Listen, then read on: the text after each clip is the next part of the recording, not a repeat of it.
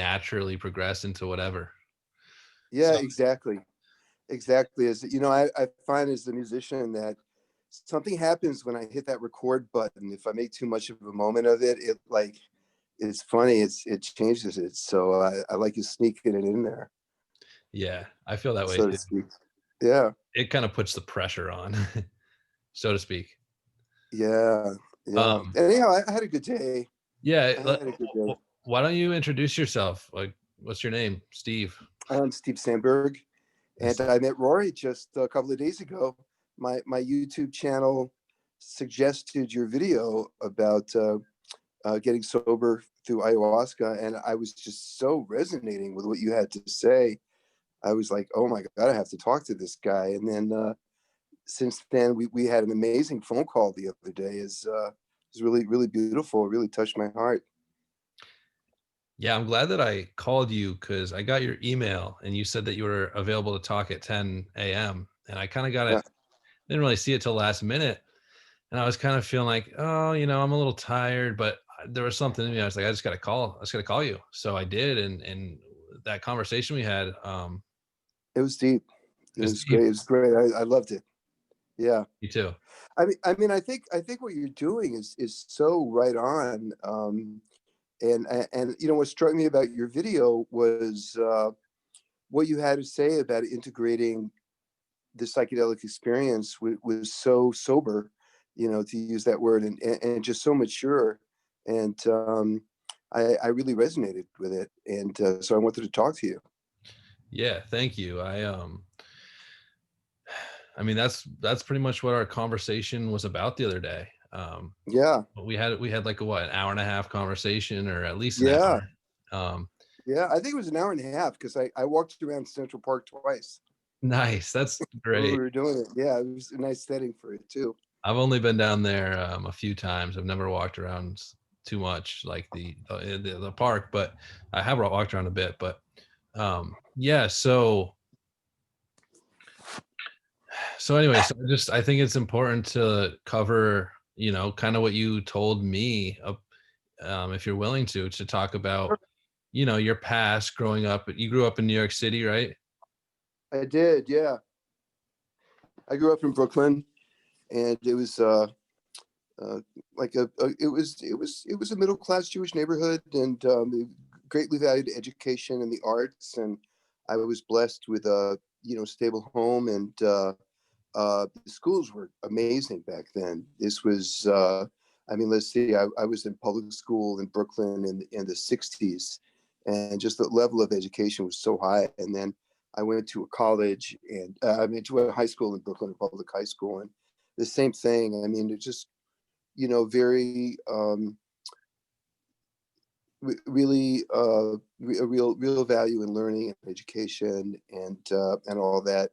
On the other hand, it was very competitive, and I had a lot of I mean, no more than anybody, but I had my share of unhappiness, and that I started on a pathway to addiction at a very very young age, which I didn't really understand until I did Iboga.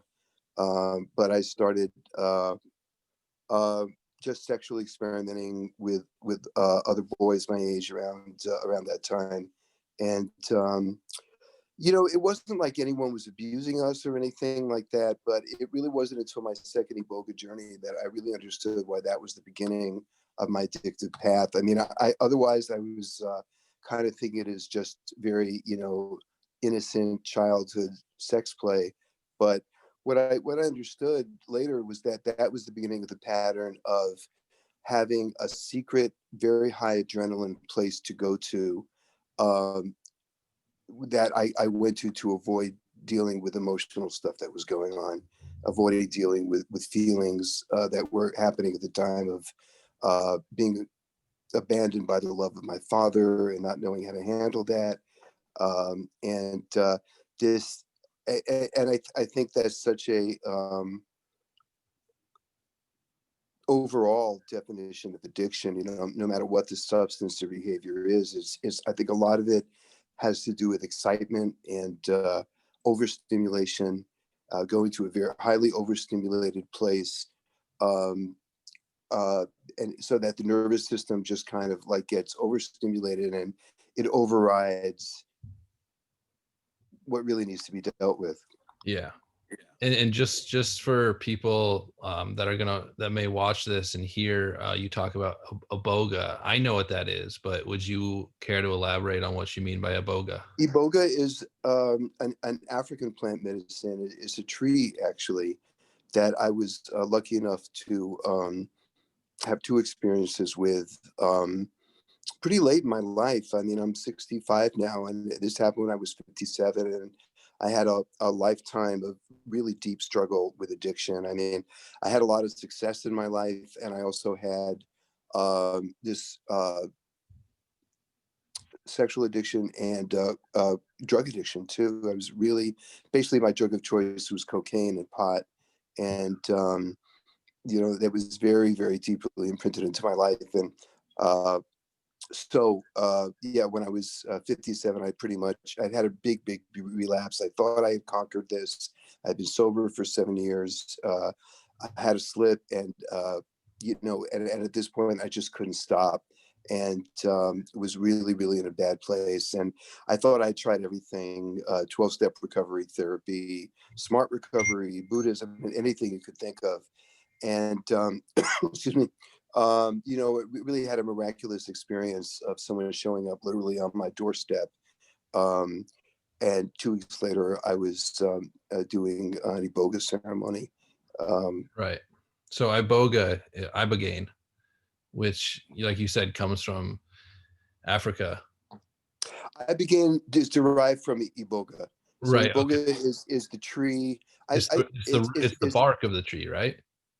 It's the bark of the tree, I believe. Yeah. Okay. Although I think there are also yellow seeds too. But I Okay. think that I think what I ingested was the powder of the bark of the tree, Okay. and And it produces psychedelic like effects. I mean, I know quite a bit about it. Not as maybe not as much as you, but I know that it has like for you, like these transformative healing properties when used in the right setting.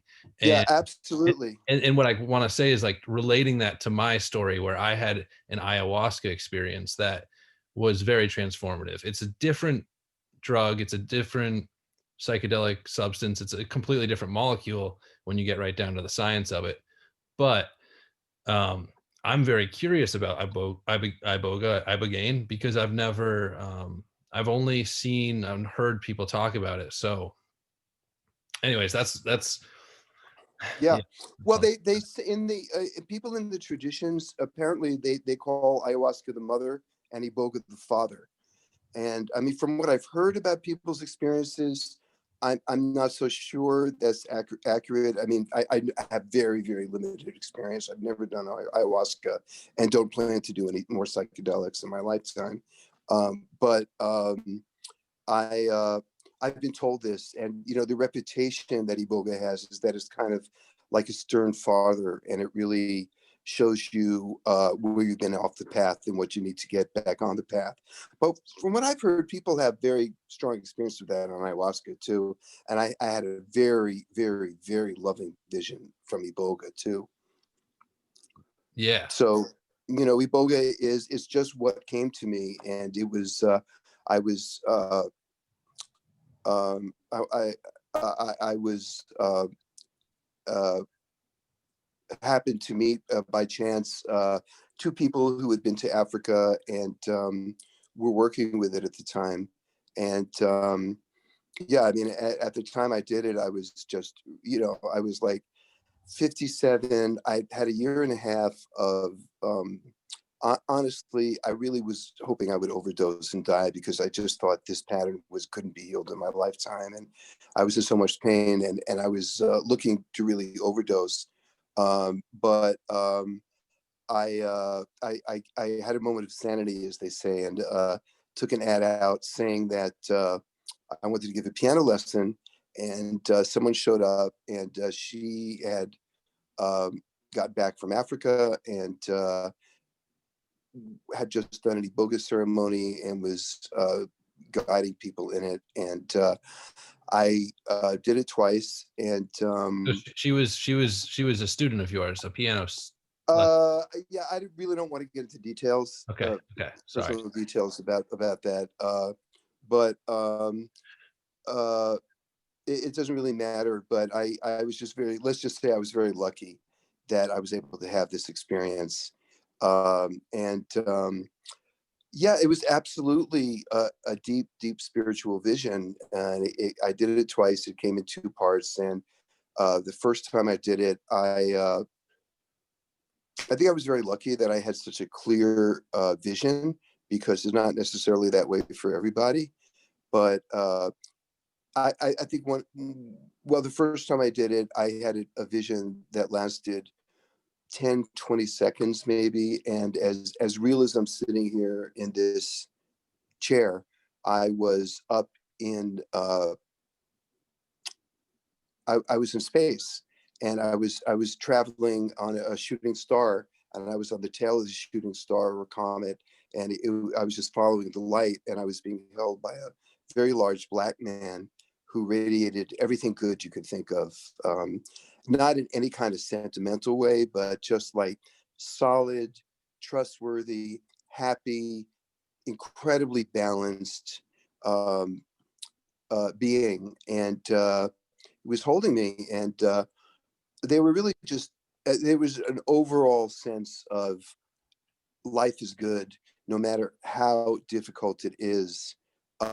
This is all going somewhere good, uh, way beyond this lifetime and life on Earth, and uh, the thought, I kind of translated this, but the only thought I got about a very heavy lifetime struggle with addiction, that was really quite painful, and not only for me but people in my family, was that was a wild ride, wasn't it? I mean, completely judgment free, and then that faded, and as it faded, I felt my entire being vibrate with a thought that was, this is what it is to have a brother, and this is what it is to have a sister. It was life changing. It was very, very powerful. However, I mentioned to you, I think one of the most profound things I've ever heard about these plant medicine journeys, I heard a Native American talk about being healed from alcoholism through doing peyote with an elder, and the elder told him, these plant medicines, they're what they do is they take you up the elevator to the highest floor of consciousness, so you could see where the journey is going. This is what we're evolving to. Um, but then as soon as they've shown it to you, they just, unceremoniously drop you exactly where you were, and then you have to walk up, which has exactly been my experience of it. But that first vision was huge for me, because what it showed me, and it not just in my head, but I experienced that, even though I'd always was someone who was interested in spirituality and called myself a spiritual person, I was really at heart a nihilist. And my core belief was, life is too painful and too full of suffering, and it shouldn't be this way, and it's really for nothing. And there's no point. And another thing is, I had used my kind of new age, spiritual beliefs that, it's all good. There's no judgment. It's all good. And I'd use that as I'd taken it to the point of saying, well, it doesn't matter what I do then. It doesn't matter how I behave, because ultimately we're all going to be enlightened, and it's all good, and there's no judgment. So I could just do some more cocaine here, or I could just do this, or I could do that. Um, and I think there was also a deep fear of really um, committing to life, because I was deep down, I knew that we're all going to die. I mean, nothing is going to last. And that was another building block of my nihilism. So, like, why bother? And this experience completely, I mean, just on a cellular level, um, kind of convinced me otherwise. But I have to say, although it convinced me otherwise, it's still been a tremendous amount of work, and that was 7 years ago. To just to live, and to grow. Wow. And then when I did it 6 months later for a second time. I was told that a lot of the times the first time kind of clears the physical addiction, and you want to do it the second time for uh, uh, spiritual reasons. And I did it again, and it was amazing because it was a completely different experience. And I think if it had been the same thing, I would have believed it less, because I would have said, "Oh yeah, you do Iboga, and then you go up in the sky and you feel blissful." But the second time, um, basically what happened, and it was so choreographed, it was so specific. It started out where I went into this ultra compassionate state. My heart was very, very open. And as soon as that happened, I actually started talking to my guides about that childhood sexual experience I was telling you about. And as soon as I did that, I was I was taken back to when I was about maybe 4 or 5 years old. And that was the point where, I mean, it's taken me 7 years to really understand this, that I was really shown the origins of where my current lifetime beliefs that led to addiction started. And it was this, it wasn't in words. I mean, it was so multidimensional, but it had to do with what I said before. The attitude was, it really, a part of it was really kind of, screw you, God, screw you, life. There's too much suffering here. It's too hard. I can't deal with it.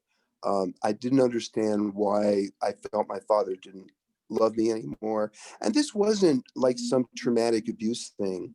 This was something that many, many people go through. Um, and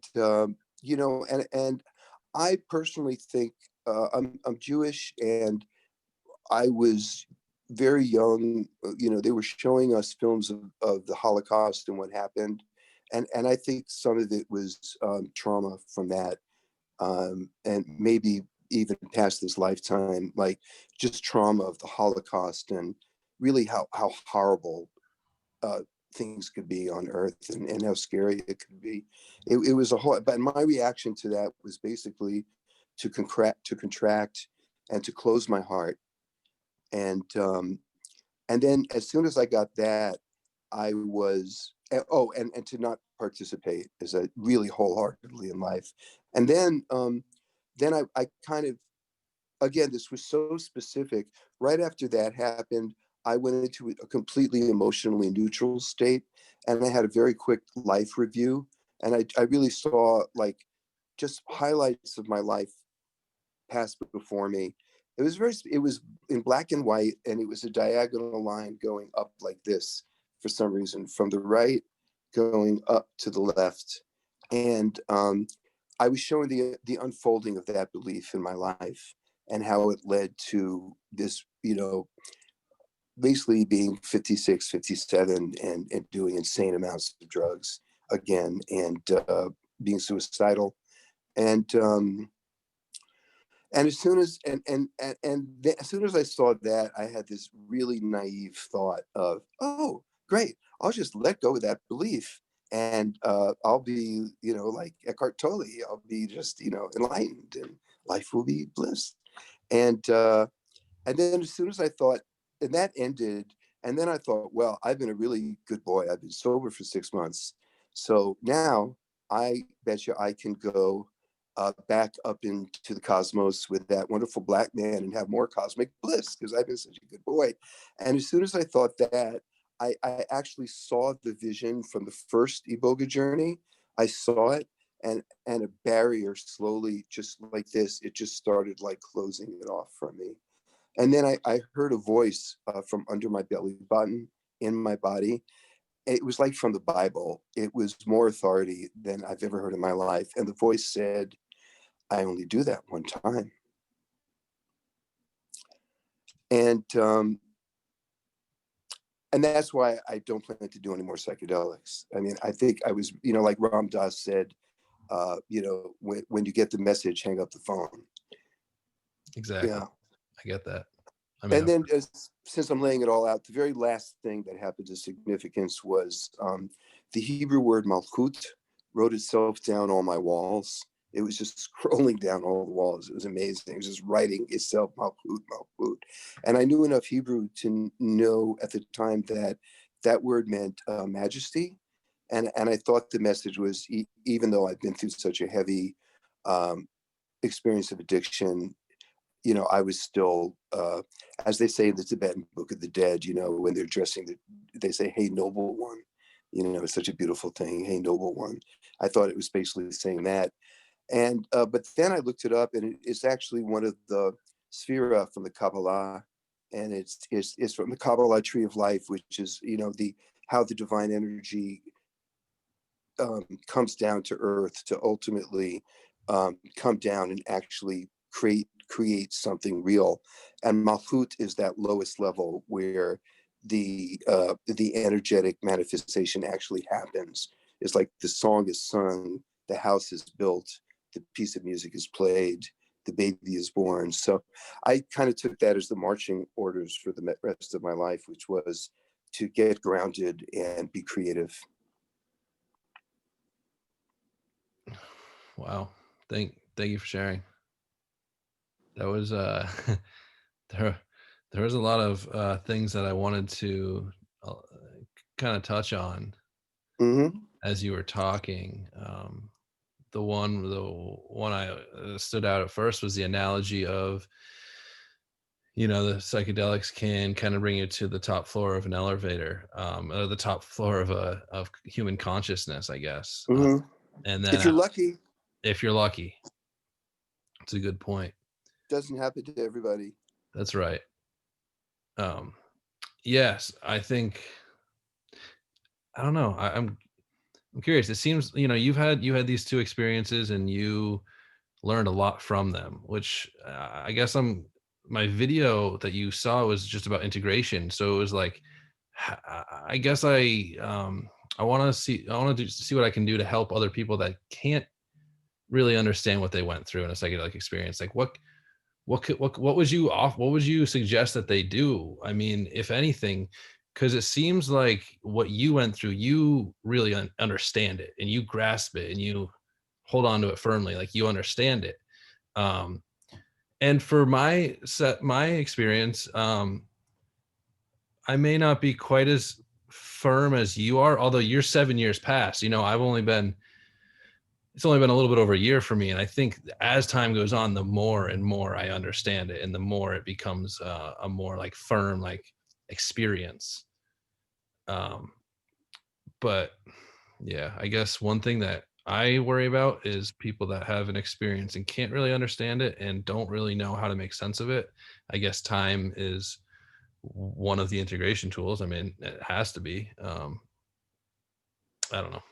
Well, I don't know that there's an answer for everybody, but I mean, I was told three days after my first Iboga experience, from this same voice, I believe, that spoke to me. It said, "Go to AA now."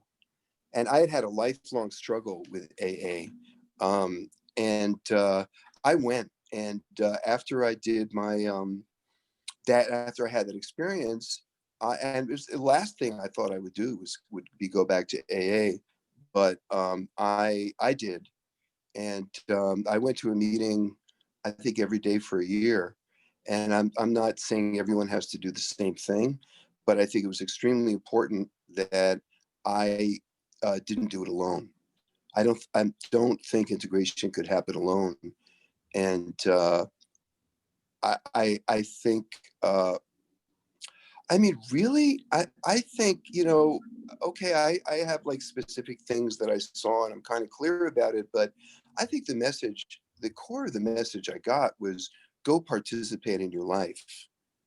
I mean, that's really, I think that was the core change. Like, I was just willing to participate, and it's been really hard. I mean, I suffer from a lot of anxiety and depression, and I'm not I don't think I'm temperamentally a super happy person.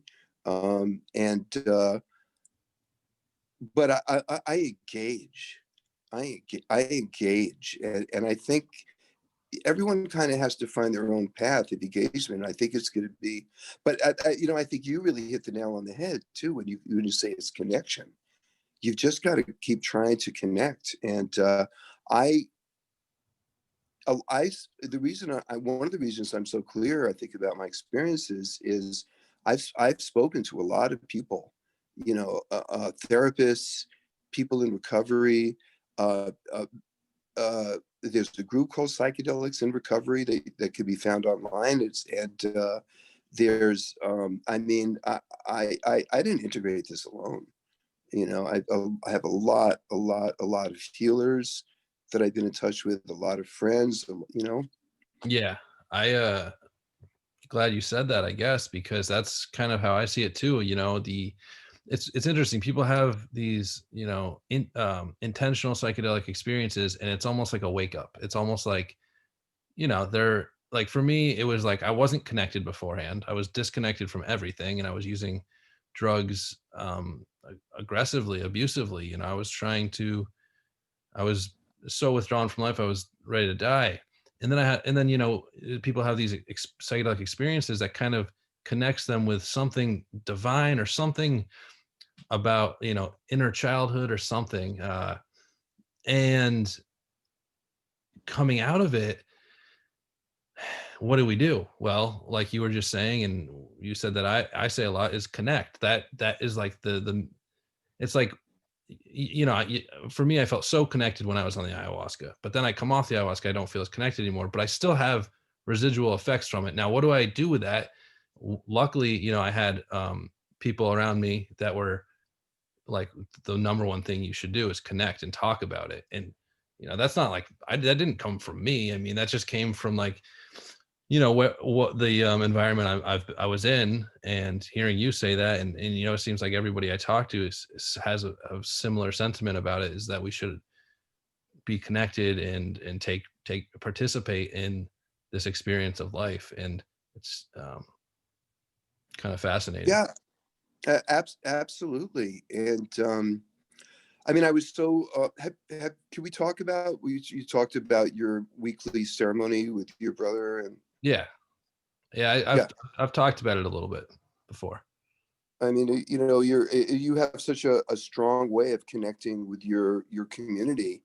You just mentioned that you get together with your brother and a friend once a week, and you guys seem very close, and you share, and it's very emotional too. And I think that's where the healing is. I think that was the original intention of AA, and it's AA has gotten very large and very, very diverse, and it's a different experience for everybody. But that potential for connection is certainly there. And I've got to. I think AA is amazing just for the way it's structured in this hyper modern capitalist economy we're living in, where everything is monetized. It's not monetized, and it's really survived, and it's almost like an early Christian community. And but there are also Buddhist recovery meetings. Uh, and then for me, I got really. I mean, I'm a musician, and I really got deeply back into my instrument, the piano, and composing. And I formed a band, and I've been studying with teachers, and I teach music. And I mean, the way I approach it is so different. And I that's an incredible way to connect too. And I really appreciate that so much more after this Iboga experience. Yeah, that's great. I wanted to say something. So Yeah, man, this is I just want to converse. It's not really like I, I'm not really like trying to interview you. I just want to converse. And okay, yeah. oh good. Well, so after I did Iboga, I had I had moved, and I had really downsized from my last place. And one of the things that I kept was this astrology birth chart reading that an astrologer had done for me like 30 years before. And for some reason, I kept it.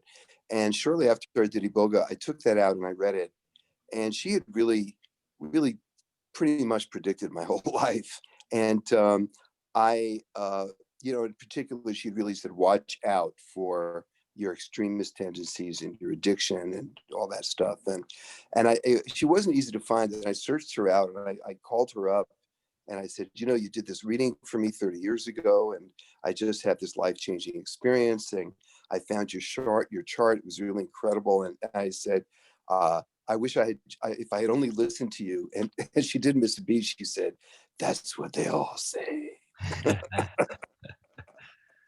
Which is really funny. That's Uh, amazing. I yeah. personally got my chart read, I think when I was in high school, but I didn't pay it much attention. I knew that some of the things that were read about me were quite accurate for the time, and from my life since then. But I was in high school. I was 16. All I wanted to do was get out of there and do some drugs or something. So, but Well, hold on to it. Anyhow, so she did another reading for me at that point, and she was talking about why I had such a clear and powerful experience with Iboga. And she had worked with, have you heard of a guy named Stanislav Graf? of course, Yeah. Well, she was working with Graf at Esalen, and he was trying to figure out, I think he had stopped doing this psychedelic stuff, but he was doing breath work, yeah, very holographic powerful breath breathwork. work with people. Yeah, he was doing that holotropic breathing stuff. And he couldn't figure out why some people were having incredibly powerful transformational experiences and some people, nothing happened. And so he was researching it, and they were looking at everything to try to figure out why it worked for some people and not for others. And she said, Stan, you're going to think I'm nuts, but let's look at people's astrology charts. And she said that it completely correlated with people's charts, that if people did the workshop at a powerful point in their chart, they had a deep experience. And she said, Steve, you could not have done Iboga at a more transformative time in your astrology chart. And I was having this really heavy conjunctions going on with Saturn, Pluto, and Uranus, which are really very, very, very challenging. It's basically a kind of ordeal of death and rebirth, and the rebirth is not guaranteed. It's like everything in your life is challenged to the core. And by the way, this was 7 years ago, and she said, by the way, what you just experienced personally, the entire planet is going to experience 7 years from now. So if you've been following what astrologers have been talking about just the really horrific crisis that's going on in this planet right now, it's that same astrological formation. Um, Yeah. I'm kind of going off on a different subject, but Right, but uh, that's all. It's cool, man. I like to talk about it. It's interesting too. It's this year. I mean, it's been what, 7 years since your yeah, transformations. It would be right on time, and this year has been. I mean, looking back on it, I feel like humans like to minimize events, but it's going to be transformative for a lot of people in a lot of ways. It already has been for me. I mean, my whole life has changed. I mean, slow. It's going to take time over time, but I feel like I had a wake up. I feel like this, if I didn't have that wake up, I'd be dead before this year started or at some mm, point this year. So I'm I think a that's lot, true for and I think a lot of people are gonna say, are gonna go, well, look back at 2020 and look at it of disgust and be like, well, I lost, we lost a lot of money in the economy. We lost my job. I lost housing, whatever. And I can appreciate that, but I just hope that, at least in my own mind, to me, I'm so grateful for it, because if I didn't have that time, I mean, and maybe the whole economy shutting down, all that stuff, maybe that doesn't correlate with myself. I'm just saying 2020 itself, like the year for me was transformative. So I'm grateful for 2020, but maybe it may not correlate with what's been going on in the country. Maybe it does in some way. I don't know. I guess I'm just saying, but like, It does. There's an astrologer on YouTube I really like named Pam Gregory, and I've been following her. She's putting out a video every 2 weeks talking about this transformation that's going on.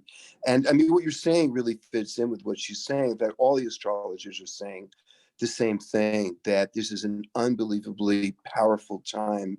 And it is the beginning of the age of Aquarius. You know, that song came out in the 60s, but the change wasn't then, it was now. And she says there's two tracks going on right now. There's the death of the old and there's the birth of the new. And the death of the old is not to be minimized. It's violent, it's chaotic, it's creating a lot of pain for a lot of people, and it's not leaving easily. You know, it's and also you could look at it like it's like a bottom of a drug addiction. You know, it's like all the shadow stuff is coming out, the sexual scandals, the violence, the racism, the incredible blind eye turn to what we were doing to the earth. I mean, it's all just coming out, and in a very, very violent way, and the coronavirus too. Um, and so she said that's one reality, and she said the other reality is there's something new being born that's quite wonderful, and it's a beautiful spiritual energy, and it's going to be a time when people are much more connected. Connected, there's that word, right? That's basically what she's saying. It's going to be a time when people are really more connected. And I mean, one of the most painful things about 2020 for me has been the psychic environment we've been living in, where people are so disconnected and so politically full of hatred for the other side. Yes. Um, and so she talks about this a lot, and you know, she talks about. By the way, she says December 21st is a really important date, and that it's really important to take care of your personal vibration, and you know, you kind of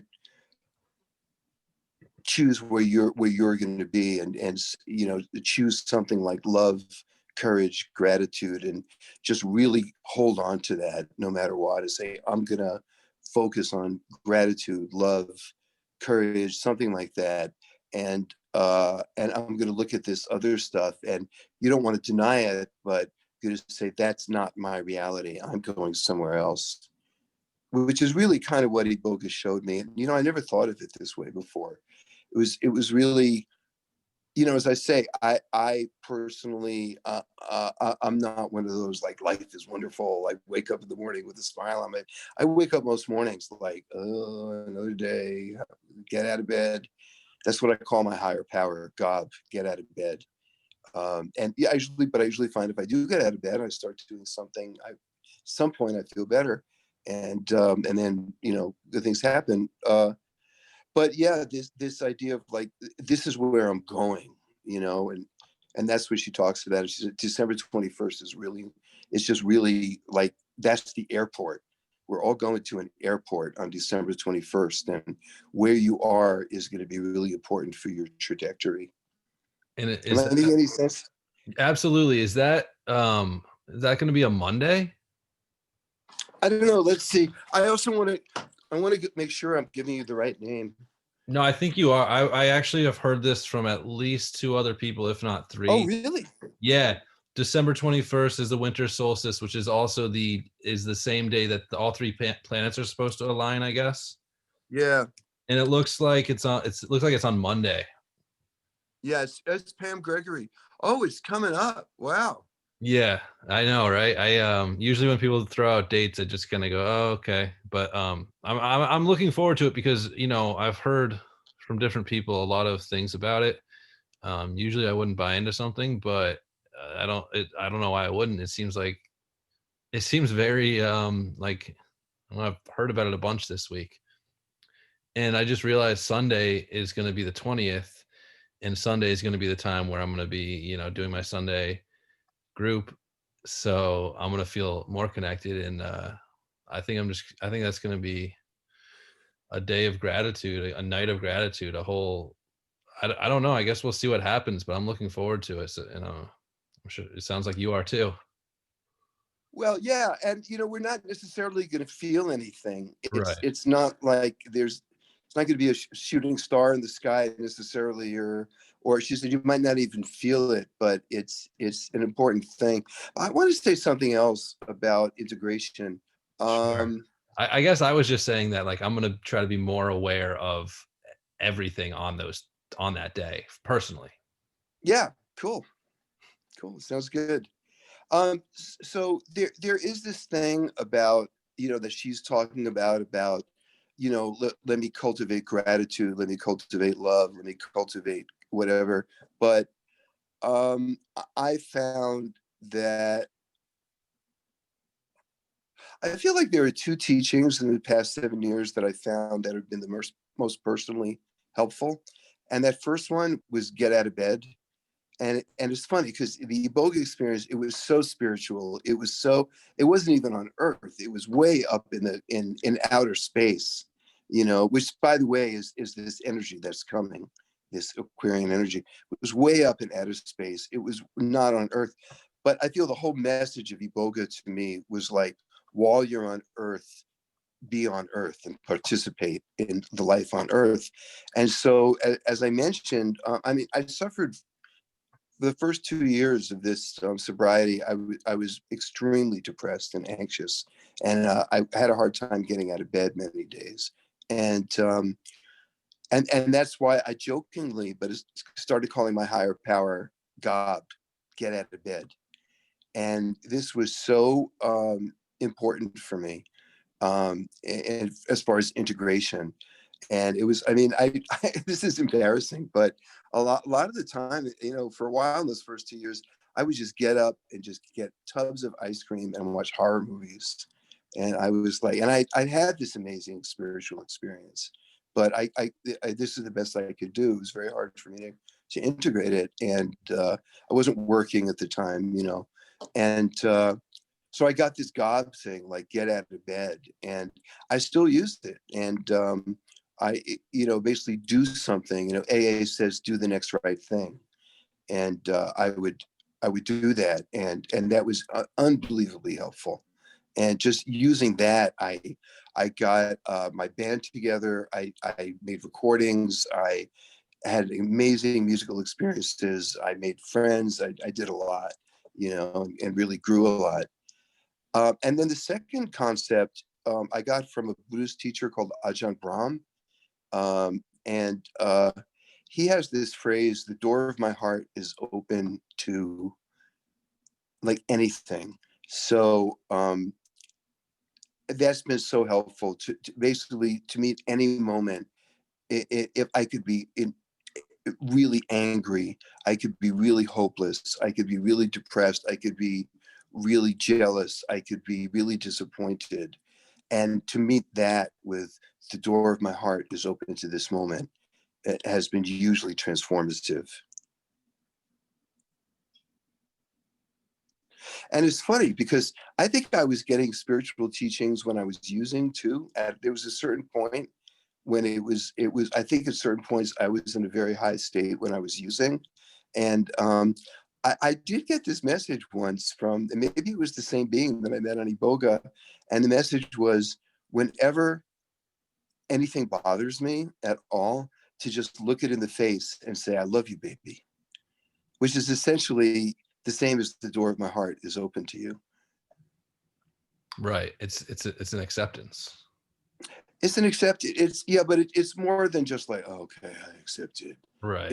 It's. I think opening your heart to it is energetically is very important, because I noticed that when I get into a contracted state, my heart is so closed, Yeah. and that's it's so sad, that we shut down our hearts when we're not happy, or when we're scared, when we're depressed or whatever. And just that little, because sometimes I can't be grateful, I can't be courageous, I can't be happy, I can't think a positive thought, but I can just open my heart a little bit to what's going on. And I found that a very transformative integration practice, if you will. Yeah, I was about to say it sounds like it's a practice. Like you've got to put work into it. It doesn't sound like it comes easy to be able to do that. No, it's easy. You just have to remember to do it. The hard part is remembering. Okay. Yeah. Yeah.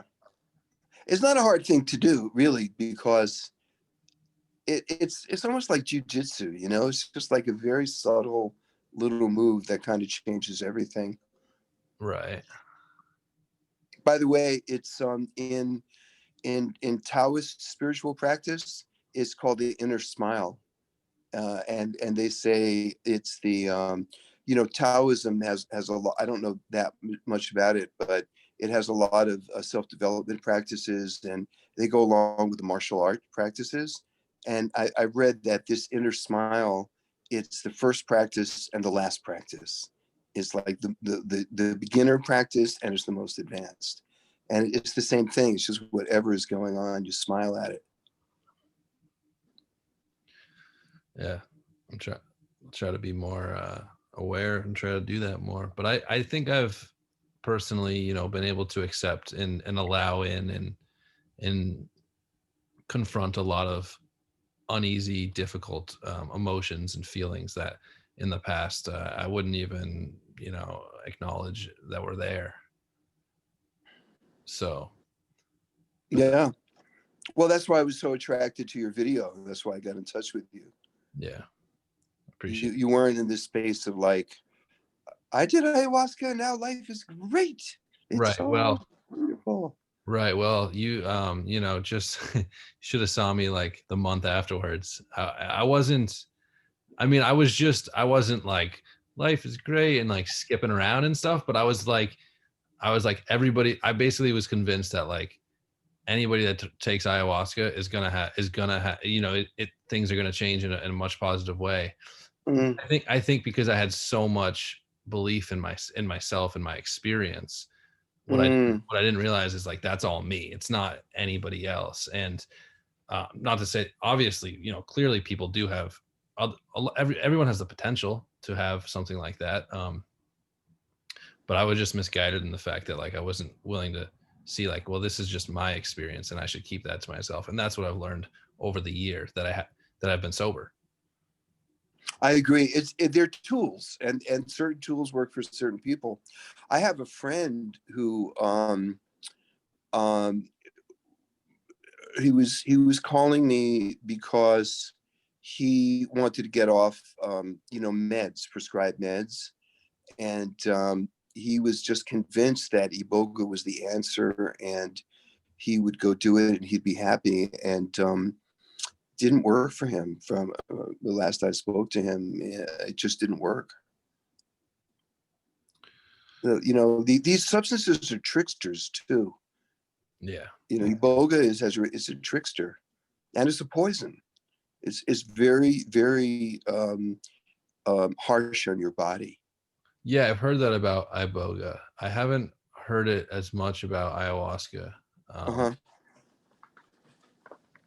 but it's interesting. Yeah. I hear you have to be very careful with Iboga. I mean, you have to be careful with anything you do, but I think like a little extra precaution when it comes to Iboga, because I think if you, yeah, I just don't know much about it. I think it's very exotic to me. As ayahuasca would be exotic to somebody who has no experience with it. I think Iboga is that exotic. It still has that exoticness to it because, yeah, I know people say it's a psychedelic, but I have nothing to compare that to and it doesn't sound like any of the psychedelics I've ever done. So, I wouldn't call it a psychedelic right, personally. I mean, it's like um, just the physical things.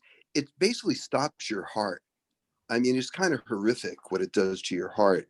And I remember shortly after, a couple of weeks after I did it, I was having a dinner I met someone in New York who was very involved with Iboga, and I happened to have dinner with him and with the doctor who had never heard of it.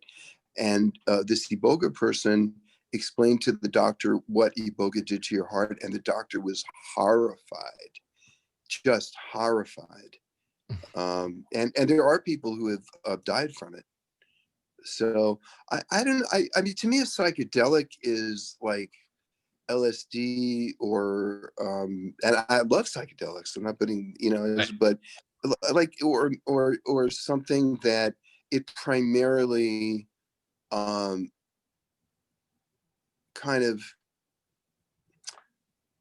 opens the door to, well, I guess it is. I don't know.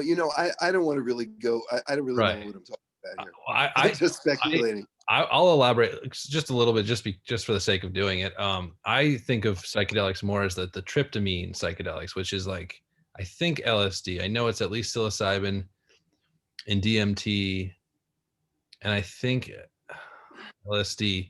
Anyway, psychedelic. The term it was coined, I think, in the 50s, is mind manifesting, which can be, that's an ambiguous thing to say, but it sounds like Iboga is that, but it's also physiological. I don't know. I guess we shouldn't have got into it, but I tend to think of psychedelics as like the tryptamines psychedelics, like psilocybin, LSD, and DMT, and I I, guess I, mescaline. no, I don't really know enough about it Yeah. to really talk intelligently about it. But I guess I reacted that way because the Iboga is just it's so powerful. It's so well. Let me put it this way: the second time I did it, yeah, I was tripping. I mean, I was seeing a lot of little visions all over the room, a lot of these things. But I wasn't. As soon as I had that experience that I told you about, I was done. I was not interested in any further visions. And again, for me, I feel like I met a powerful teacher, which may be my own soul. Um, but I definitely met an inner guide who, by the way, continues to reach out to me in dreams and meditation 7 years later. Not a lot, but occasionally I get a message and I know that's coming from that guide that I met. Um, but I was seeing tracers and all kinds of little pictures that could have been very seductive. But I felt that I was lucky enough to have had this very directed, very powerful meeting with a guide, and everything else was irrelevant. You know. And by the way, that I told you the other day, I feel like it's a lifetime to unravel that vision that I had, and because I saw it through my ego or my preconceptions, and I even though I got that message saying that was a wild ride, wasn't it? Like there was no judgment of me. I judged me.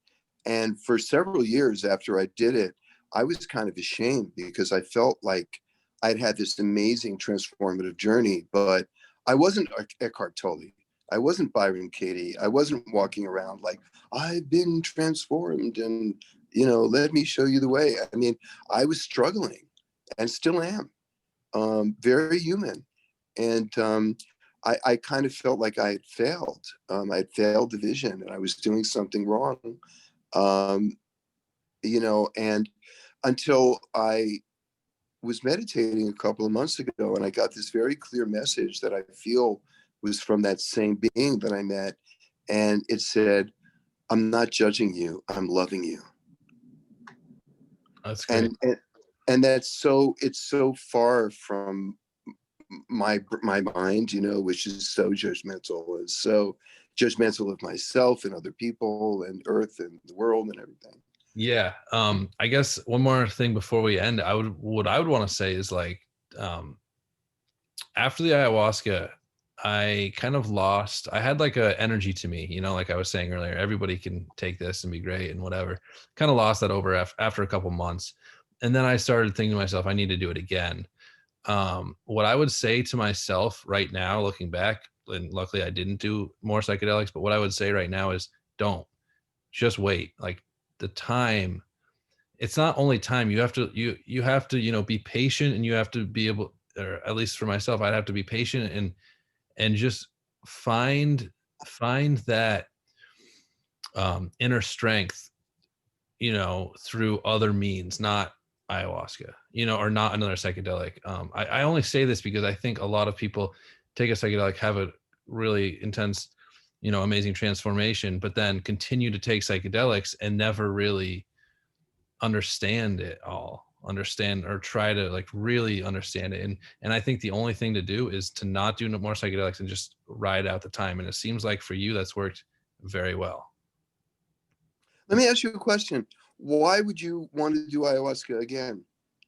Well, for me, there was so much that I got from the ayahuasca. It was, I don't know how to explain it. I got a lot of good feelings and a lot of introspection and a lot of um, kind of like I had that whole like timeline thing, like you were saying, you get a timeline of your life almost in like a moment or like within a short amount of time.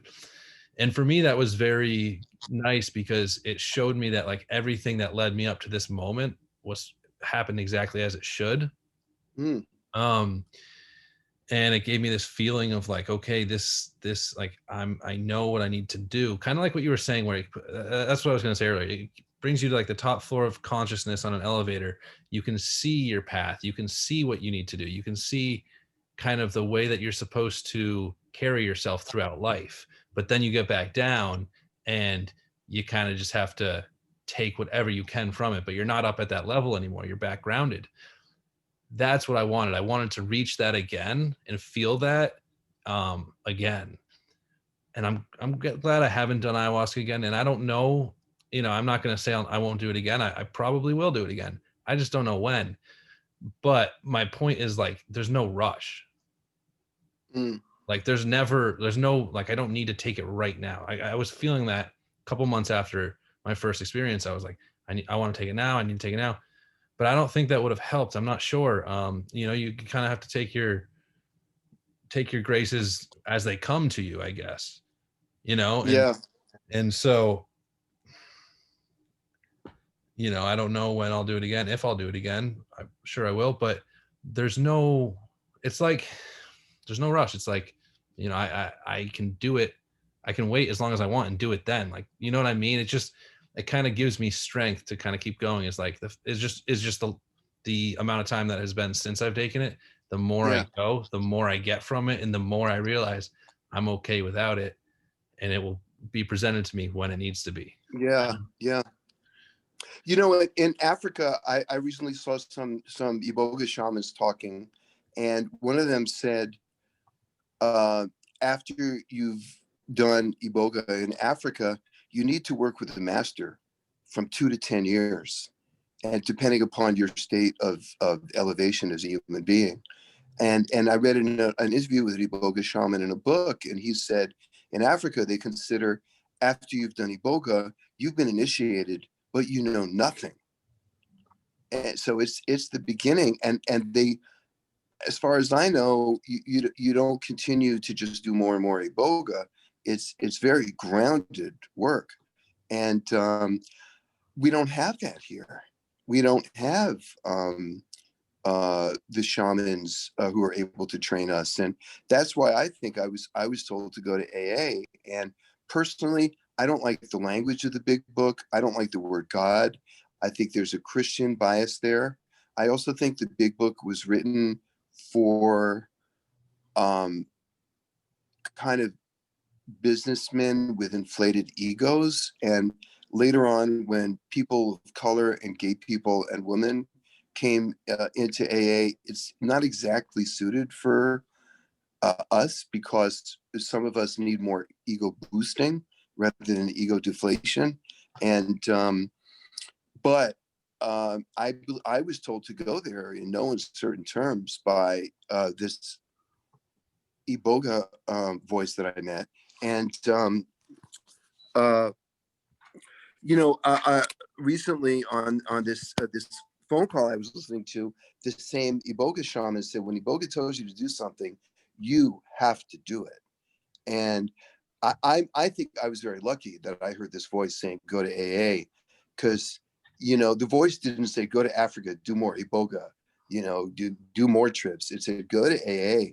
And I think that's kind of, even if I don't currently go to a ton of meetings and don't feel as connected as perhaps I feel I should, or some people think I should be. The core of that program is I think, been the core of my path, because my path is of integration has been meditation and prayer. And in the big book, even though there are things I might not agree with, one of the basic things in the big book is throughout the day, get quiet, take a pause, and get in touch with your higher power and ask what to do. And I mean, that's integration right there. It's like, I mean, I think the reason I continue to hear from that voice I heard on Iboga is because I ask, I listen, I say, you have anything to tell me? And I make the time for it. And that's all in AA. So yeah, I think it's basic spiritual practices and therapy and are kind of where it's at. Yeah, definitely. I thank you for. Oh, this is great. It's great to talk to you, and I hope we continue our connection because it's lovely to meet you. Yeah, I'd love that, Steve. And yeah, we absolutely. Thank you. I'm gonna end the recording, but I don't want Okay, you to, cool. I don't want you to leave quite yet. Okay, yeah, good. All right.